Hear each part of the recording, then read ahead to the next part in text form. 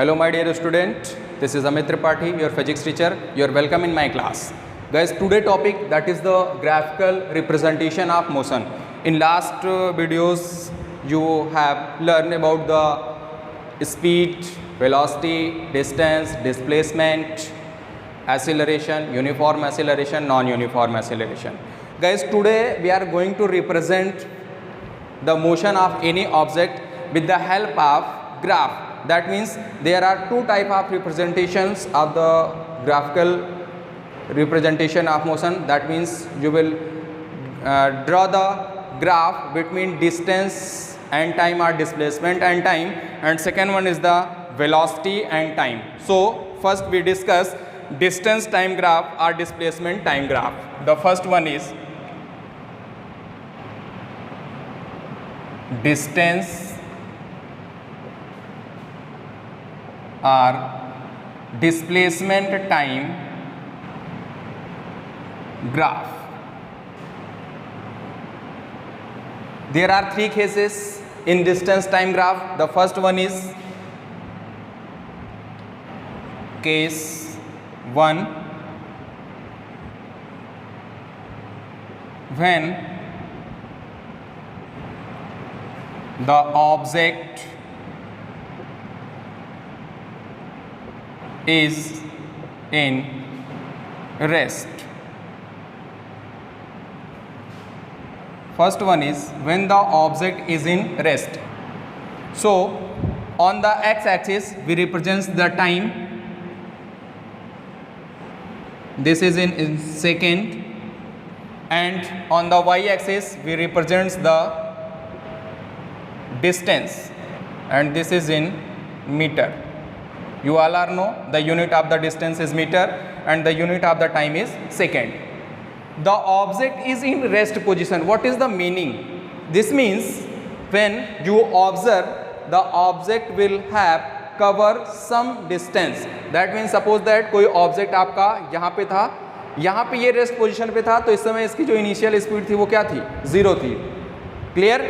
जब आपने ऑब्जर्वेशन, ये ऑब्जेक्ट किसी वेलोसिटी से मूव करना स्टार्ट किया, और जब आपने ऑब्जर्व करना स्टार्ट किया, at that condition you will find the distance covered by the object. That is यहाँ से इसकी अगर इनिशियल पोजीशन को ए सपोज करें, तो यहाँ से किसी ऑब्जेक्ट की अगर मोशन करना स्टार्ट कर रहा है, तो after some interval of time that is T, you find the object position will be change and this will be object B. That means object position A से पोजीशन बी पे गया. इसका मतलब ये हुआ कि ये यहाँ से कुछ डिस्टेंस कवर करके आया होगा कि नहीं आया होगा? आया होगा. ये आपने फाइंड आउट किया जब आपने ऑब्जर्वेशन स्टार्ट किया, उस कंडीशन में ये आपको मिला. That means t is equal to 0. Again आपने फिर देखा t is equal to 2 second. That means after 2 second you will again find the position of the object will be same. That means same position में आपका object है. Clear? Again t is equal to 4 seconds. That means after 2 seconds you will also find the object is in again at the position B. इसका मतलब ये हुआ कि जब वो मोशन करना स्टार्ट किया था, तब आपने ऑब्जर्वेशन नहीं लिया. जब आपने ऑब्जर्वेशन करना स्टार्ट किया हो, दैट मीन्स जिस टाइम पे आपने ऑब्जर्व किया, उस टाइम पे वो डिस्टेंस कितनी कवर किया? डी डिस्टेंस कवर किया. सपोज दैट अगर हम ये सपोज करें ये डिस्टेंस 2 मीटर थी, तो यहाँ पे टी इज इक्वल टू 0 पे उसने जो डिस्टेंस कवर की है वो कितनी है? 2 metre. After 2 second again it will be cover 2 metre. क्यों? क्योंकि इसकी स्टार्टिंग पोजीशन यहाँ से थी, बट आपका ऑब्जर्वेशन पॉइंट यहाँ से था. ठीक है, तो आपको ये फाइंड आउट हुआ कि ये 2 मीटर पर ही है. फिर आपने 4 सेकंड में देखा, तो फिर आपको मिला कि ये 2 मीटर पर ही है. दैट मीन्स उसकी पोजीशन एक फिक्स्ड पोजीशन पे है. वो अपने ओरिजिनल पॉइंट से 2 मीटर डिस्टेंस की डिस्प्लेसमेंट पे आगे बढ़ा है, जो पोजीशन क्या है? बी है. तो इस केस में अगर आप रिप्रेजेंट करेंगे टाइम को जैसे जैसे ये आप बढ़ा रहे हैं, बट उसकी डिस्टेंस जो कवरिंग डिस्टेंस है उसमें कोई चेंजिंग नहीं हो रही है. तो अगर हम ये सपोज करें कि ये आपका 0 था और यहाँ पे आपने टाइम का वेरिएशन दिया है, ये t is equal to 0, t is equal to 2 second, t is equal to 4 second, 6 second, और ये आपकी है 2 मीटर की डिस्टेंस. तो t इज इक्वल टू 0 पे आपने फाइंड आउट किया कितना? 2 metre. t is equal to 2 second पे आपने अगेन फाइंड आउट किया वो कितना होगा? 2 मीटर. फिर t इज इक्वल टू 4 पे आपने फाइंड आउट किया वो कितना होगा? 2 metre. t is equal to 6 पे आपने फाइंड आउट किया, वो भी वैल्यू आपको कितनी मिले? 2 मीटर. तो अगर आप इस पॉइंट्स को आप ज्वाइन करेंगे तो आपको लाइन कैसे मिलेगी? Straight line parallel to the time axis. Clear? When the object is in rest position, the distance time graph is parallel to the time axis and this line is the straight line. ये line आपकी कैसे होगी? Straight line होगी और parallel to the time axis होगी. Clear? तो ये आपका होगा, इसको आप बोल सकते हैं, यहाँ पे आपका जो नेचर मिलेगा, नेचर ऑफ द ग्राफ जो आपका होगा, नेचर ऑफ द ग्राफ वो कैसा होगा? Straight line, straight line and parallel to time axis. Clear? ये इंपॉर्टेंट है, आपसे पूछा जाता है what is the nature of the graph when the distance time graph when the object is in rest position. Clear? Second case 2, when object is in uniform motion. Guys, you all are know the definition of the uniform motion. When the object will cover equal distance in equal interval of time, the motion of the object is said to be uniform motion. Again, we represent the distance on the y-axis and time on the x-axis. This is the time axis and this is y-axis. This is the distance. Clear? Object is in uniform motion. Uniform motion means equal distance in equal interval of time. Suppose that ये represent कर रहा है time second में और ये represent कर रहे हैं हम distance covered by the moving object. Clear? देखिए,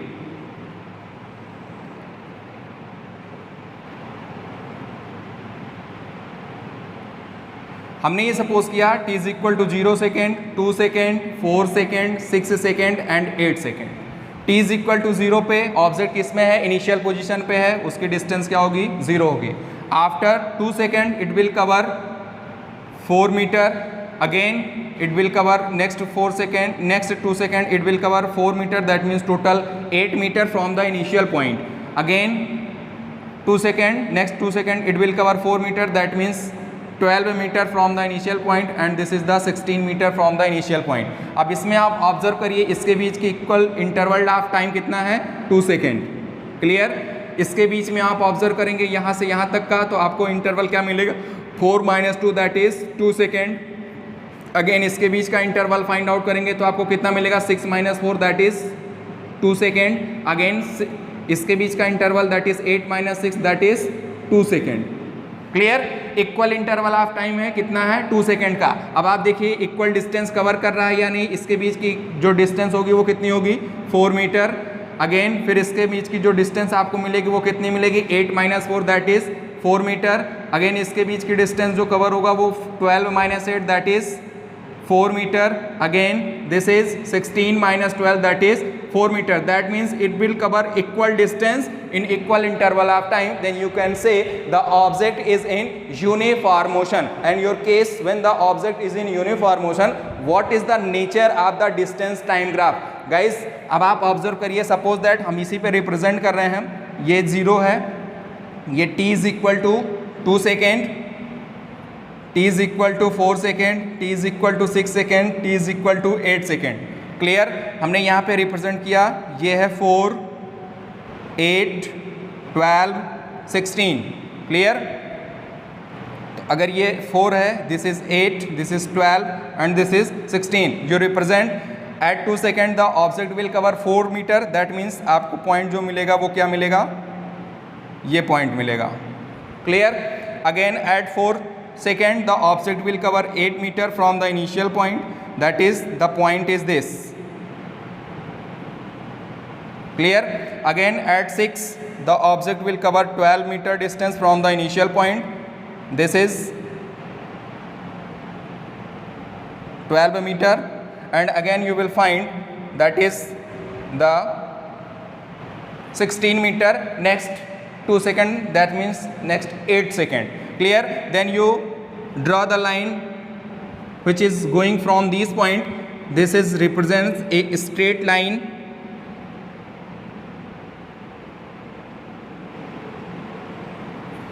ओके, तो ये आपको कैसा मिल रहा है नेचर इसका? स्ट्रेट टाइल मिल रहा है। दैट मीन्स अब आप इसको अगर रिप्रेजेंट करना चाहेंगे तो ये रिप्रेजेंटेशन कुछ इस तरीके से हो जाएगा। This line represents the distance time graph when the object is in uniform motion. Okay, then what is the nature of the graph? Nature of the graph is straight line. Okay, ये आपका कैसा है? Straight line. Object किस condition में था? Uniform motion में। The third case, when the object is in non uniform motion or accelerated. Clear? Non uniform motion. Okay, इसको आप बोल सकते हैं आर एक्सेलरेटेड मोशन। यहां पे आपका डिस्टेंस टाइम ग्राफ कैसा होगा? देखिए, this is the time in second, and on y axis we represents the distance in meter. Okay, object is in non uniform motion. So what is the definition of non uniform motion? When the object will cover unequal distance in equal interval of time. Equal interval of time, unequal distance when the object will cover, then the motion of the object is said to be non uniform motion. Clear? अब ये ऐसा भी हो सकता है उसके द्वारा जो इक्वल डिस्टेंस में डिस्टेंस इंक्रीज भी कर सकता है कवरिंग का और डिक्रीज भी कर सकता है। दैट मीन्स वहाँ पे एक्सेलरेटेड मोशन और पॉजिटिव एक्सेलरेशन हो सकता है और नेगेटिव एक्सेलरेशन हो सकता है। क्लियर? तो इसका जो ग्राफ आपको मिलेगा, अगर वो पॉजिटिव एक्सेलरेशन में है दैट मीन्स हर एक इंटरवल ऑफ टाइम में उससे जो डिस्टेंस कवर कर रहा है वो इंक्रीज कर रही है, तो वहाँ पे आपका जो पॉजिटिव एक्सेलरेशन होगा, तो पॉजिटिव एक्सेलरेशन होगा तो आपका ग्राफ जो होगा वो कुछ इस तरीके से होगा। क्लियर? ये आपका होगा positive acceleration, positive acceleration. Clear? और अगर अनइक्वल डिस्टेंस डिक्रीज कर रहा है, डिस्टेंस कवरिंग डिक्रीज कर रहा है, तो उसका ग्राफ ऐसा हो सकता है, ये। ठीक है, तो यहाँ पे आपका जो होगा वो नेगेटिव एक्सेलरेशन होगा। क्लियर? ये आपका होगा नेगेटिव एक्सेलरेशन। Clear guys? तो अगर आप इसी में एक लाइन और ऐसे ड्रॉ कर दें तो ये तीनों ग्राफ आपके एक ही ग्राफ में रिप्रेजेंट हो जाएंगे। ओके, अब वन इंपॉर्टेंट पॉइंट, इसका नेचर कैसा होगा? इसका नेचर ऑफ द ग्राफ होगा that is the curve line. Clear? अगर आपसे क्वेश्चन पूछा जाए कहीं पे ऐसा ग्राफ का रिप्रेजेंटेशन दिया होगा, if the distance time graph is curve line, then you will able to say the object is in non uniform motion. If the increasing curve, then you can say that have the positive acceleration. If the decreasing curve, that have the negative acceleration. If the distance time graph is straight line, then you can say the object is in uniform motion. And if the distance time graph parallel to the time axis, then you can say the object is in rest position. Okay, clear? The important things here, the slope of the distance time graph is represents the speed of the object. What is the meaning of slope? Slope means guys, ये trigonometric function एक होता है tan theta. Suppose that ये right angle triangle है और यहाँ पे angle है थीटा। क्लियर? तो tan थीटा की वैल्यू जो होती है this is equal to the perpendicular upon में बेस। इस राइट एंगल ट्रायंगल में ये 90 डिग्री होता है, ये आर्म्स जो आपकी होगी वो बेस होगा, ये परपेंडिकुलर होगा और ये हाइपोटेनस होता है। क्लियर? तो यहाँ पे जो tan थीटा होगा वो क्या होगा? परपेंडिकुलर अपान में बेस। क्लियर? तो अगर हम इसकी बात करें, ये ट्रायंगल ए बी सी है तो परपेंडिकुलर की वैल्यू हो जाएगी that is B C upon में base that is the A B. Clear? Clear guys? और ये जो थीटा होगा वो AC लाइन का स्लोप होगा। सेम आपको यहाँ मिला होगा डिस्टेंस टाइम ग्राफ। ये डिस्टेंस टाइम ग्राफ में अगर आप स्लोप फाइंड आउट करेंगे तो ये आपका एंगल होगा थीटा, यहाँ से रिप्रेजेंट होगा slope of this distance time graph. Clear? तो यहाँ से आप फाइंड आउट करेंगे तो slope of the distance time graph will give the speed of the moving object. Clear? यहाँ इंपॉर्टेंट पॉइंट्स है, इसको आप यहाँ नोट कर लीजिए स्टार बना के। Slope of distance time graph represent the speed of the object। Clear? यहाँ पे स्लोप है, ध्यान रखिएगा। अभी जब हम आपको वेलोसिटी टाइम ग्राफ बताएंगे तो वहाँ पे फिर ये कॉन्सेप्ट आएगा स्लोप का, ठीक है? तो वहाँ पे स्लोप जो होगा वो एक्सीलरेशन रिप्रेजेंट करेगा, ये अपने माइंड में सेट कर लीजिएगा। क्लियर? तो ये इंपॉर्टेंट पॉइंट था। नेक्स्ट डिस्कस करते हैं velocity time graph. Guys second case velocity time graph. Velocity time graph है, फिर हम 3 केसेस का डिस्कस करेंगे। The first one is when body is moving uniform velocity, when body is moving uniform acceleration, when body is moving non-uniform acceleration. So we discuss the first case, that is the when body is moving uniform velocity. Uniform velocity, that means the velocity, the magnitude of the velocity of the object will be equal in equal interval of time. Same case आपका जैसे अभी हमने discuss किया था distance time graph के लिए, same आपका यहाँ पे भी होगा। तो हर इक्वल इंटरवल ऑफ टाइम में जो वेलोसिटी ऑफ द ऑब्जेक्ट है वो क्या है, सेम है। दैट मीन्स अगर हम ये ऑब्जर्व करें कि कोई ऑब्जेक्ट जो मूव कर रहा है उसकी वेलोसिटी 4 मीटर पर सेकेंड है, तो आपने जब ऑब्जर्व किया t इज इक्वल टू 0 पे तब भी यही मिला, t is equal to 2 second पे आपने ऑब्जर्व किया तब भी same velocity, t is equal to 4 second में when you observe the velocity is same, t is equal to 6 second when you observe the velocity of the object, that is also same. That means the magnitude of the velocity is always equal or constant in equal interval of time, then the velocity of the object is said to be uniform velocity. And the graph of the velocity time graph when the body is moving with uniform velocity, that is straight line and parallel to the time axis. Clear? Same जैसे आपने distance में देखा था same graph आपका यहाँ पे भी मिलेगा। वो क्या होगा? Parallel to the time axis and nature, that is the straight line. तो यहाँ पे आपका हो जाएगा नेचर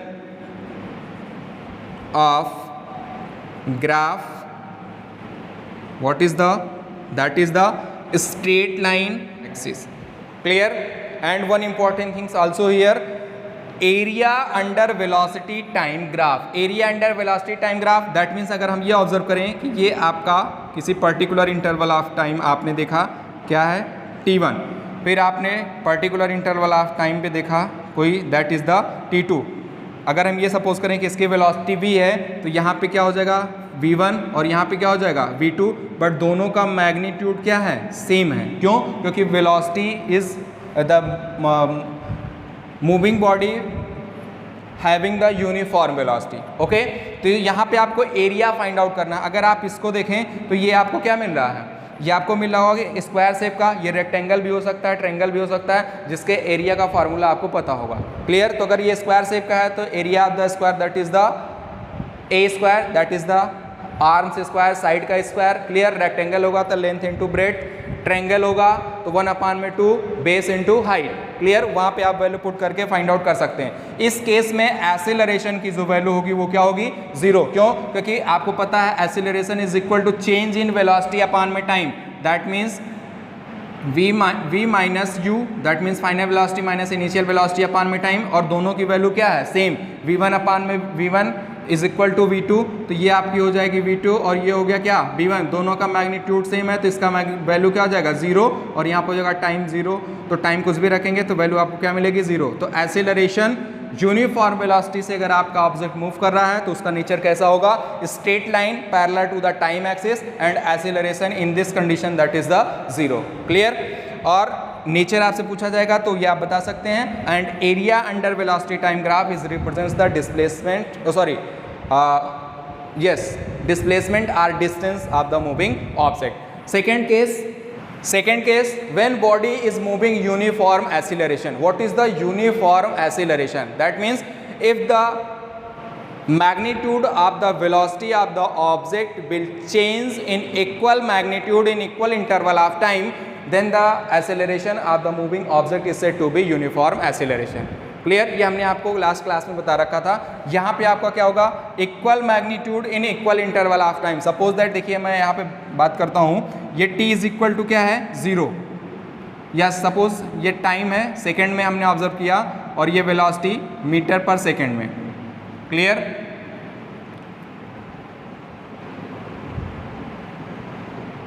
ये t is equal to 0, t is equal to 2 second, 4 second, 6 second. Suppose that the object will moving with a speed, initial speed that is the 2 metre पर second. Clear? After 2 second it speed will be increases, that is the 4. Then after 2 second this is also increases, that is the 6 and this is the 8. इसके बीच का जो gapping आपको मिल रहा है interval of time, वो कितना मिल रहा है? 2 सेकेंड. इनके बीच का जो मैग्नीट्यूड का चेंजिंग आ रहा है, वेलोसिटी का मैग्नीट्यूड चेंज हो रहा है, वो कितना? 4 - 2 दैट इज द 2 मीटर पर सेकेंड. अगेन यहाँ पे आप ऑब्जर्व करेंगे तो यहाँ पे आपको भी मिलेगा 2 मीटर पर सेकेंड, एंड यहाँ पे आप ऑब्जर्व करेंगे तो यहाँ पे भी आपको क्या मिलेगा? 2 मीटर पर सेकेंड. दैट मीन्स एक यूनिफॉर्म रेट से आपकी वेलोसिटी इंक्रीज कर रही है. दैट मीन्स वहाँ पे एक्सीलरेशन कैसा होगा? यूनिफॉर्म एक्सीलरेशन होगा. और इसका ग्राफ कैसा आएगा? अभी आपने देखा था जब आपका ऑब्जेक्ट यूनिफॉर्म मोशन में था तो उसका ग्राफ कैसा आया था?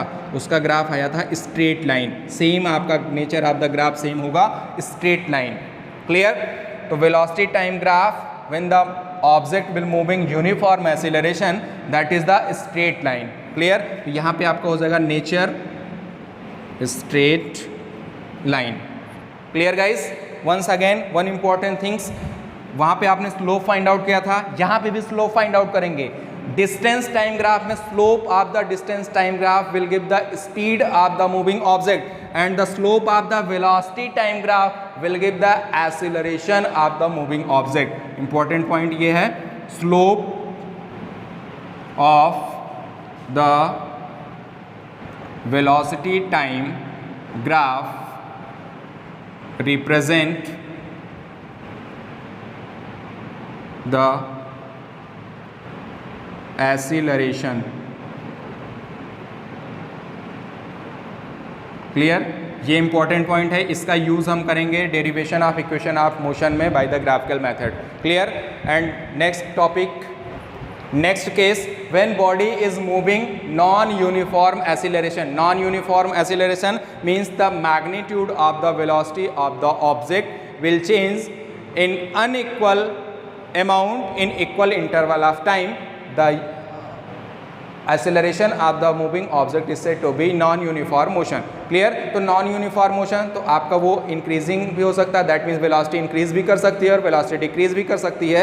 तो either the curve is in increasing curve line, then you can say, sorry, the nature of the velocity time graph is in increasing curve, then this is the positive acceleration,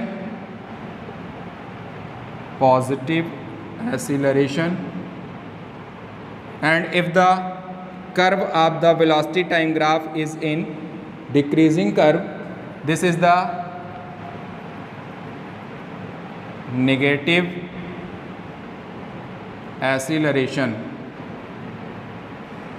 Clear? And in this case ये आपका हो जाएगा accelerated. Clear? तो ये acceleration, यहाँ पे acceleration होगा, और इस केस में एक्सीलरेशन 0 होगा, और यहाँ पे इंक्रीजिंग कर्व लाइन है तो positive acceleration, decreasing curve line it represents the negative acceleration. Clear?